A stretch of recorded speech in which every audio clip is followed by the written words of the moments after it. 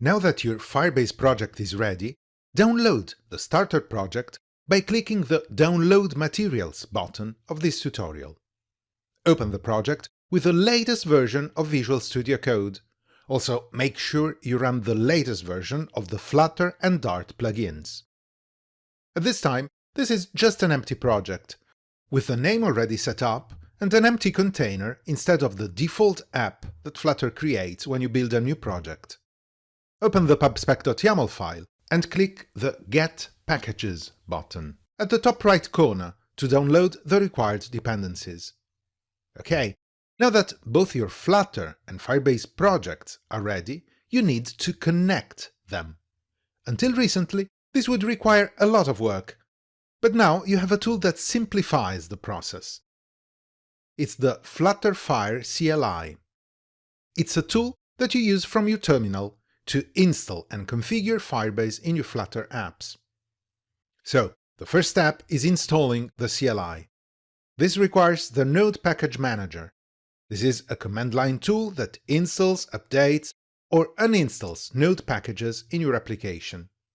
So, if you don't have it already installed, get to the nodejs.org website with your browser and install the version that suits your operating system.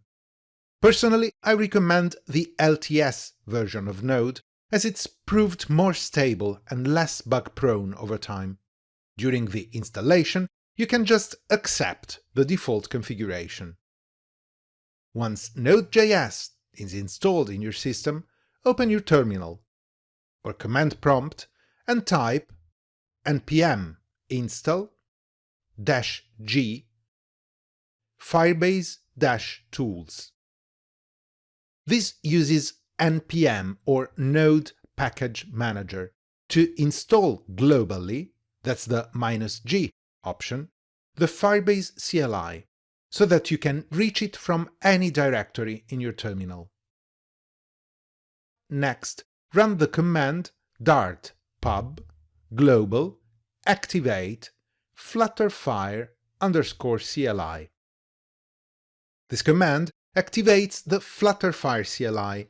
This means that, from now on, you can run scripts from the FlutterFire's bin directory, even when you are outside that folder. Note that you only need to install the FlutterFire CLI once. Now add the Firebase core dependency to your project.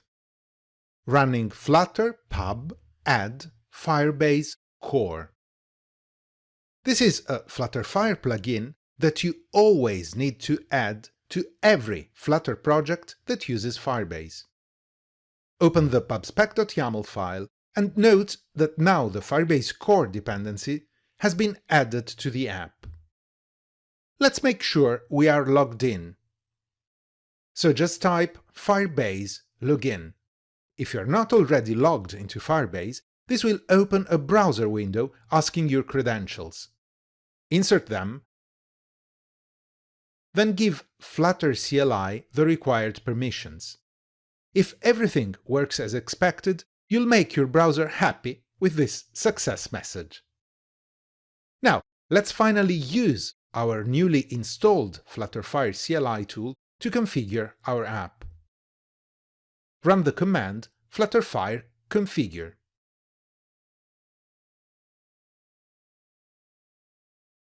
Select the Track App Firebase project and press Enter. Next, you need to select the platforms where you want to release your app. In this case, let's just leave Android and iOS if you are on a Mac, otherwise just leave Android.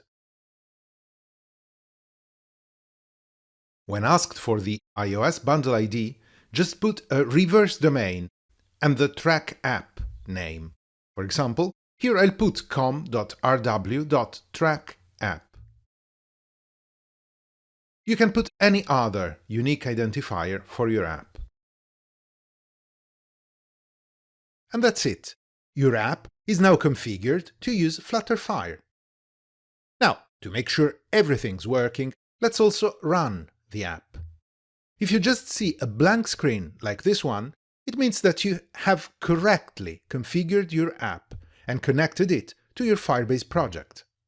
Now comes the fun part. Let's add authentication to our app in the next few lessons.